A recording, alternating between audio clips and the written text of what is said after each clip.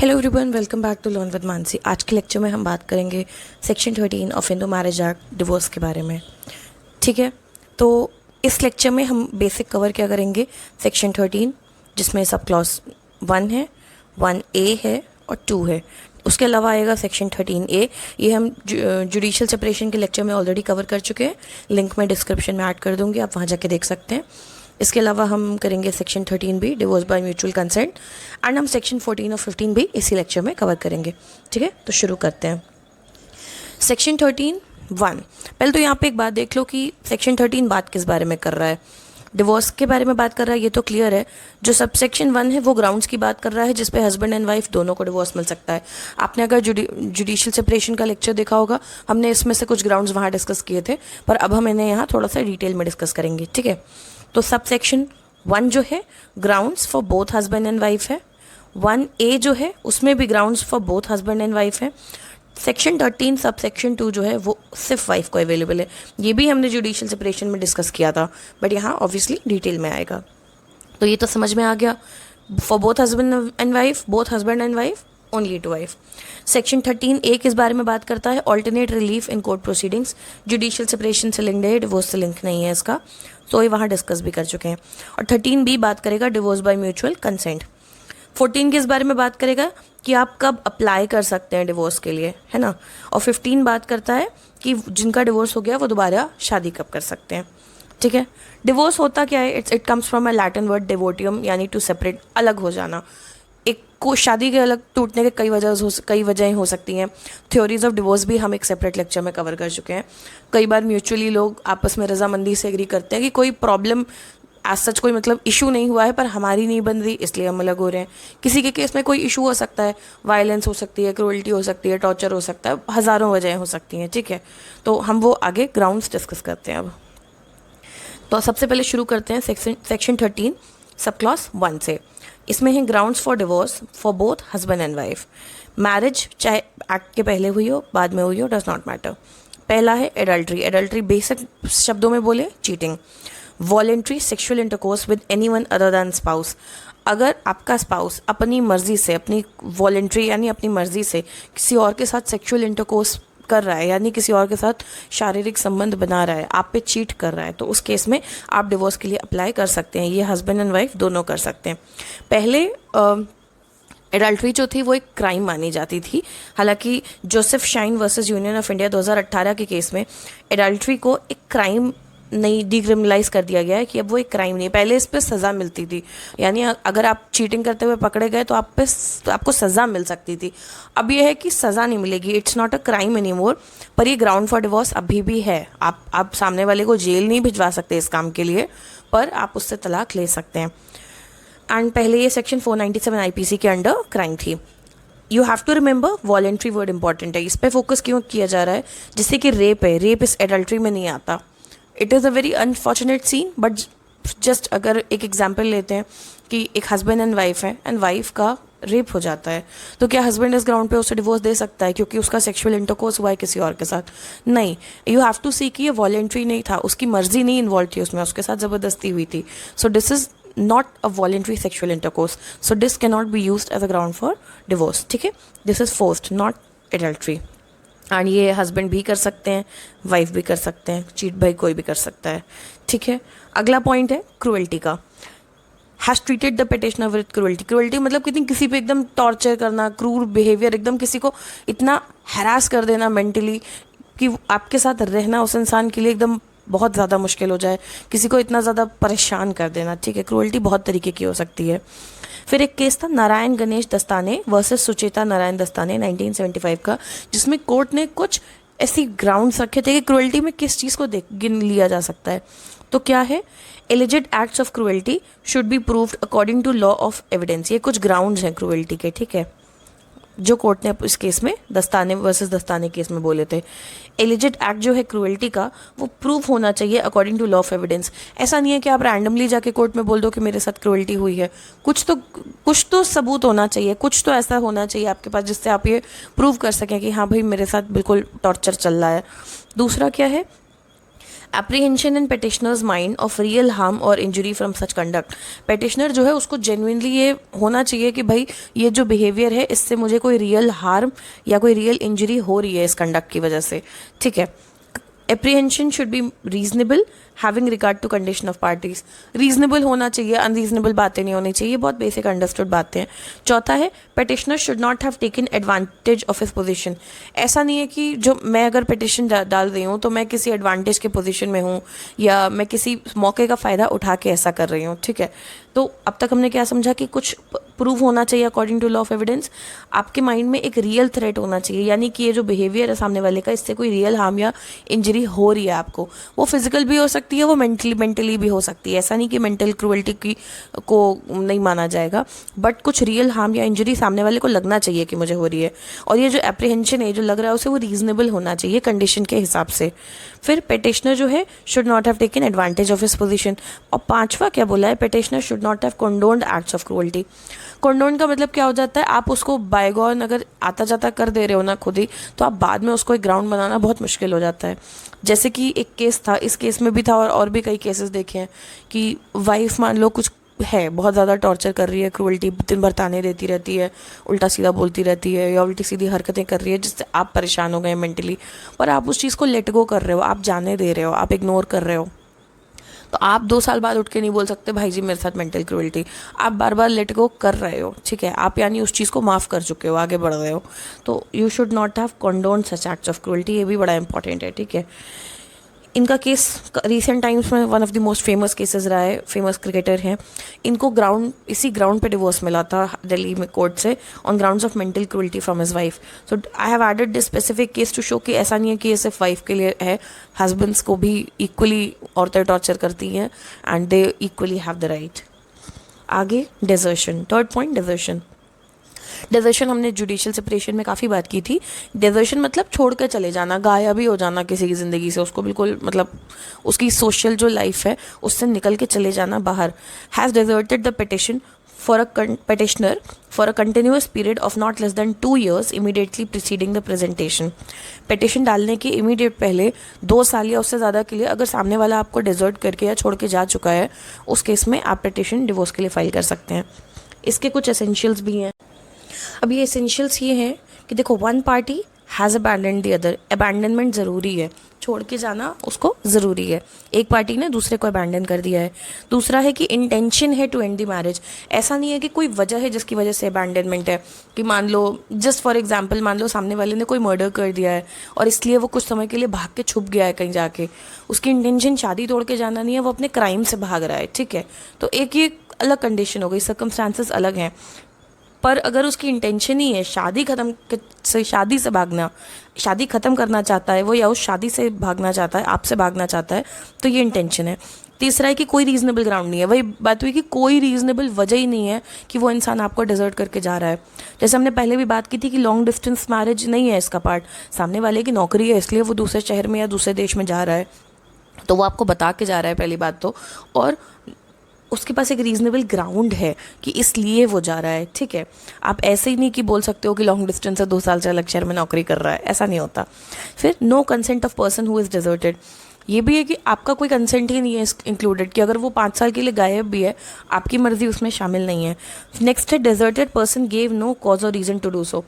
जिसको पीछे छोड़ा गया, जिसको डिजर्ट किया गया है, उसने कोई वजह नहीं दी थी ऐसा करने की। भाई एक हो सकता है अगर आप घर में मान लो उस इंसान पे मारपीट हो रही है, बहुत ज़्यादा अत्याचार हो रहा है, उस केस में हो सकता है वो इंसान जानबूझ के आपसे बचने के लिए भागा हो, तो कल को आप उसे कोर्ट में भी लाओगे तो वो बोल सकता है ना कि यार ये मारता पीटता है मुझे, मैं इसलिए भाग गई थी इससे डर के, और मैं कहीं भी जाती है मुझे ढूंढ के मारता या पकड़ लेता, इसलिए मैं सामने नहीं आ रही थी। तो आपने उसे कोई वजह या रीज़न नहीं दिया है जिसके लिए उसे ऐसा कदम उठाना पड़े।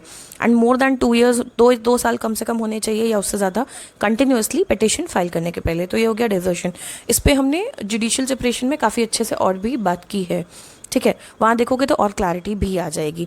चौथा है कन्वर्शन। इस पे जुडिशियल सेपरेशन नहीं मिलता, इस पे डिवोर्स ही मिलता है।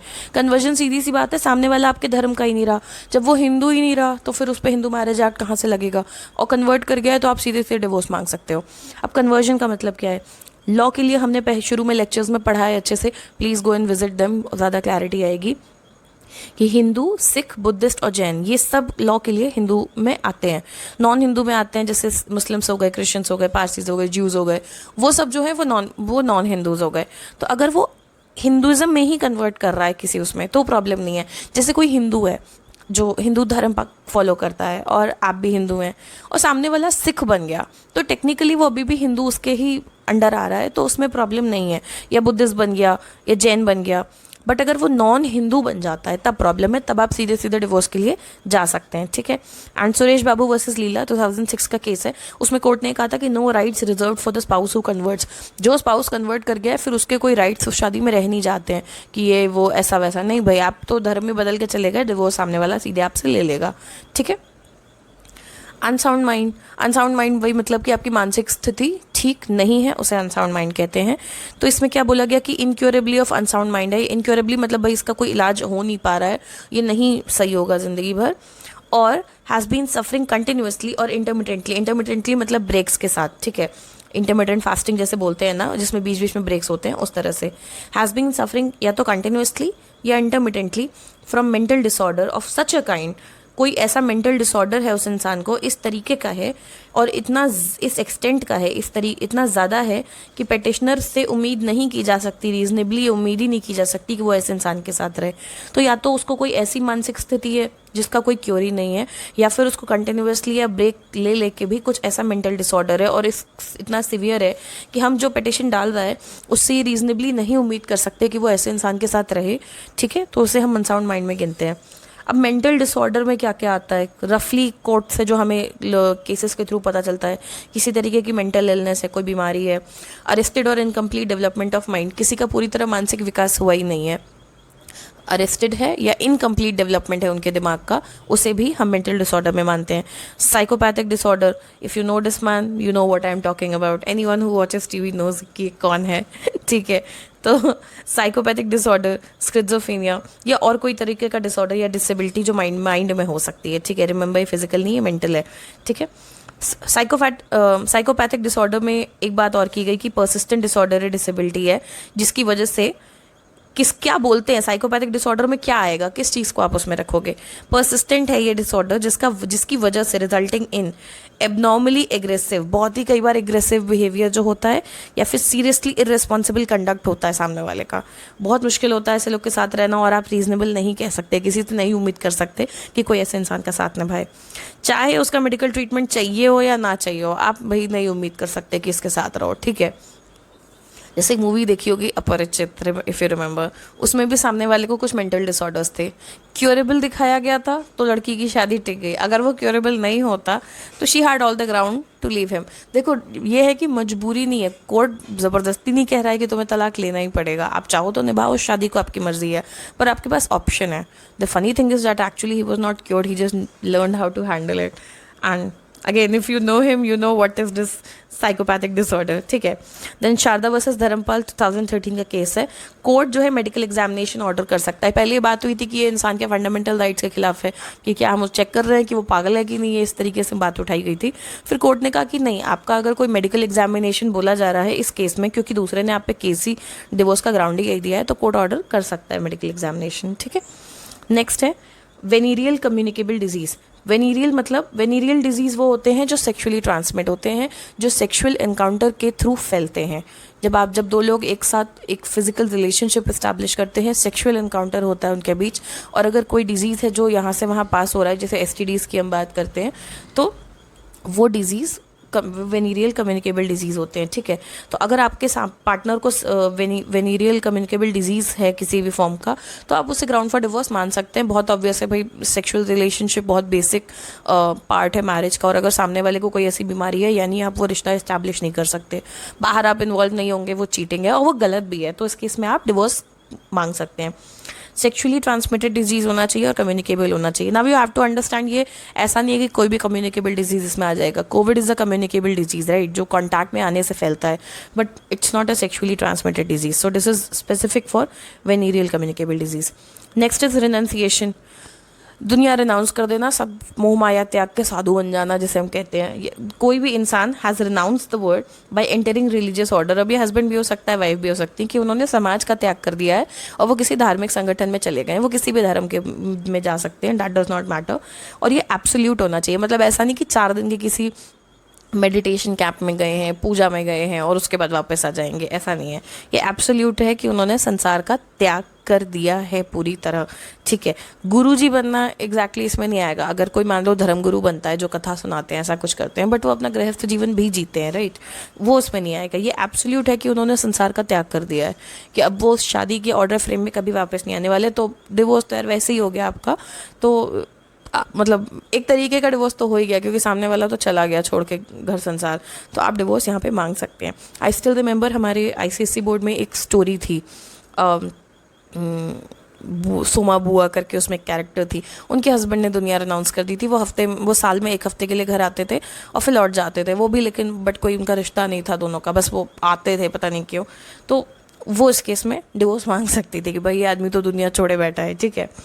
फिर 8th है प्रिज्यूम्ड डेड। आपने वो स्टोरी पढ़ी है कि नहीं, ज़रूर बताना मुझे। उसका नाम था अकेली, ICSE में थी, गद्य संकलन में, that's what I remember. 8th is presumed dead. कई बार क्या होता है, सामने वाला गायब भी हो गया है, 7, और टाइम पीरियड यहाँ दिया है 7 साल का, 7 साल या उससे ज़्यादा। 7 साल या उससे ज़्यादा के लिए अगर कोई इंसान गायब है, उसकी कोई खबर नहीं है, उन लोगों को जिन्हें नॉर्मली उसकी खबर हो सकती थी, कौन, उसके दोस्त हो गए, फैमिली हो गई, ऑफिस वाले हो गए, जो उसके पहचान के लोग हो गए, किसी को नहीं पता कि वो जिंदा है कि मर गया for a period of 7 years और मोर। इन दैट केस वो इंसान नेचुरली मान लिया जाता है कि मर गया है, ठीक है। अब इसका एक फैक्टर ये है कि मान लो कोई किसी मिशन पे भेजा जा रहा है, ये मैं एक एग्जांपल थोड़ा रैंडमली ले रही हूँ सिचुएशन समझते हुए, और उसके ऑफिस वालों को पता है कि वो मिशन पे गया है, इसलिए वो 7 साल से गायब है फॉर सम जेन्युइन रीज़न, ठीक है। फैमिली को लेकिन क्योंकि सीक्रेट मिशन है नहीं बताया जा सकता था, but people around him were aware that he is alive, तो उस केस में ये एग्जैक्टली स्टैंड नहीं करेगा, ठीक है। तो ये एक एग्जाम्पल है, इसीलिए उन्होंने लिखा है कि जिनको पता हो सकता था नेचुरली, उनको अगर पता है कि वो जिंदा है तो ये नहीं होगा। बट मान लो उसकी कोई सच में खबर ही नहीं है, कई लोग जैसे गुम जाते हैं, अब किसी का हस्बैंड मान लो कुंभ के मेले में गुम गया, और पुराने ज़माने में ही होता था, आज तो सोशल मीडिया का ज़माना है, बट अब नहीं खबर मिल रही है, 7 साल 10 साल हो रहे हैं, कोई खबर नहीं, कुछ नहीं, किसी को नहीं पता वो इंसान कहाँ है, तो सामने वाला पूरी ज़िंदगी कब तक बैठेगा? 7 साल तक वो है, पर उसके बाद वो आदमी डिवोर्स ले सकता है। इसमें एक केस था निर्मू वर्सेस निक्काराम 1968 का, जिसमें उन्होंने बोला था कि आपको डिवोर्स ऑर्डर लेना ज़रूरी है मैरिज के पहले। अगर 7 साल हो चुके हैं, ऐसा नहीं कि आप डायरेक्ट किसी और से शादी कर लो, इट्स ऑलवेज एन ऑप्शन कि आप पहले कोर्ट जाके एक डिवोर्स ऑर्डर ले लें कि भाई 7 साल हो गए, सामने वाला गायब है, तो मुझे डिवोर्स ऑर्डर इशू कर दीजिए, क्योंकि गलती से वो आ गया उस टाइम पे तो आपको प्रॉब्लम हो सकती है, तो you need to get a divorce order. और एक केस था परमेश्वरी वर्सेस प्रकाश चंद्र 1989 का, जिसमें उन्होंने कहा था कि ये कस्टम्स को ओवरराइड करता है। इस केस में क्या था, जो इनके अपने लोकल कस्टम्स थे उनमें वो टाइम पीरियड शायद 2 या 3 साल का था, तो कोर्ट ने कहा था कि यार हम ये टाइम पीरियड 2-3 साल तक तो नहीं रिड्यूस कर सकते, कि इंसान 2-3 साल नहीं मिल रहा तो आपने उसे मरा हुआ मान लिया, तो इस केस में कस्टम्स को ओवरराइड कर गए थे, ठीक है। अब हम एक क्विक रिविजन करते हैं। सेक्शन 13 फर्स्ट पॉइंट में हमने क्या क्या देखा, ग्राउंड्स फॉर डिवोर्स जो हस्बैंड एंड वाइफ दोनों के लिए है, एडल्ट्री चीट करना, क्रुएल्टी मेंटल क्रुएल्टी कुछ भी, फिजिकल मेंटल कुछ भी, डेजर्शन छोड़ के जाना 2 साल का टाइम था इसमें, कन्वर्जन दूसरे धर्म में चले जाना, अनसाउंड माइंड मेंटल इलनेस ऐसा कि रीजनेबल नहीं है साथ रहना, वेनीरियल कम्युनिकेबल डिजीज, रेनाउंसिएशन दुनिया का त्याग कर देना, प्रिज्यूम डेथ 7 साल से गायब, ठीक है। अब आगे हम डिस्कस करते हैं सेक्शन 13 सब क्लॉज 1A, इसमें भी दोनों हस्बैंड वाइफ की बात की गई है। इसमें सिंपल सी इतनी बात कही गई है, ये जुडिशियल सेपरेशन और रेस्टिट्यूशन ऑफ कॉन्जुगल राइट्स पे सेपरेट लेक्चर्स ऑलरेडी बना चुके हैं, आप प्लीज़ उन्हें जाके देख सकते हो, नीचे प्लेलिस्ट अटैच्ड है, तो मैं इसको शॉर्ट में ही बता रही हूँ। अगर जुडिशियल सेपरेशन दिए हुए 1 साल हो चुका है उस डिग्री को, 1 साल या उससे ज़्यादा, और कोहैबिटेशन यानी साथ रहना दोबारा नहीं रिज्यूम किया गया है, तो डिवोर्स डिग्री इशू की जा सकती है। दूसरा कहा कि रेस्टिट्यूशन ऑफ कॉन्जुगल राइट्स की डिग्री इशू करने के बावजूद 1 साल हो चुका है और तब भी कॉन्जुगल राइट्स दोबारा इस्टेब्लिश नहीं हुए हैं, यानी no restitution of conjugal rights has happened, उस केस में भी डिग्री इशू की जा सकती है, ठीक है।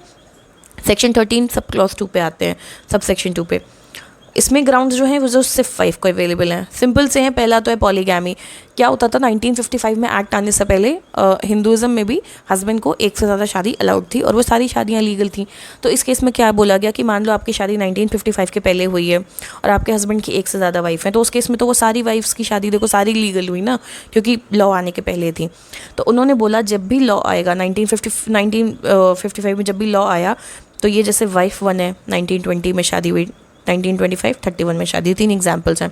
ये तीनों शादियां वैलिड हैं क्योंकि तीनों एक्ट आने के पहले हुई हैं। तो एक्ट आने के बाद इनमें से तीनों में से कोई भी डिवोर्स मांग सकता है कि भाई हमें नहीं रहना इसके साथ। पहले ऑप्शन ही नहीं था उनके पास, पर जैसे ही एक्ट आता है आपको हक है कि पॉलीगैमी अलाउड नहीं है, एक से ज़्यादा शादी करना अलाउड नहीं है कानून में। तो इनमें से कोई भी जाके डिवोर्स मांग सकता है इससे कि मुझे नहीं रहना। इसके लिए कंडीशन है कि वाइफ जो है वो अलाइव होनी चाहिए पिटिशन देते टाइम, कि भाई ये दोनों भी जिंदा होनी चाहिए अगर ये वाली पिटिशन दे रही है तो। Second point is guilty of rape, sodomy और बेस्टियलिटी। रेप हम सभी को पता है, जैसे हम हिंदी में बलात्कार कहते हैं, ऑपोजिट जेंडर को फोर्सफुली सेक्सुअल एनकाउंटर के लिए ज़बरदस्ती करना, उसे रेप कहते हैं। सोडोमी होता है non reproductive sexual acts often including oral and anal sex. देखिए रिप्रोडक्टिव सेक्सुअल एक्ट सिंपल एक आदमी और औरत के बीच ही हो सकते हैं जिससे रिप्रोडक्शन होता है, बच्चे पैदा होते हैं। नॉन रिप्रोडक्टिव सेक्सुअल एक्ट्स लोग मोस्टली अपने प्लेजर के लिए करते हैं, which includes oral sex and anal sex, ठीक है। तो अगर कोई ये जो एक्ट्स हैं इन्हें सोडोमी में गिना जाता है एंड ये मोस्टली सेम सेक्स वालों के लिए ज़्यादा यूज़ किया जाता था। ये लॉ तब से एग्जिस्ट करता है, कॉलोनियल लॉज का पार्ट है।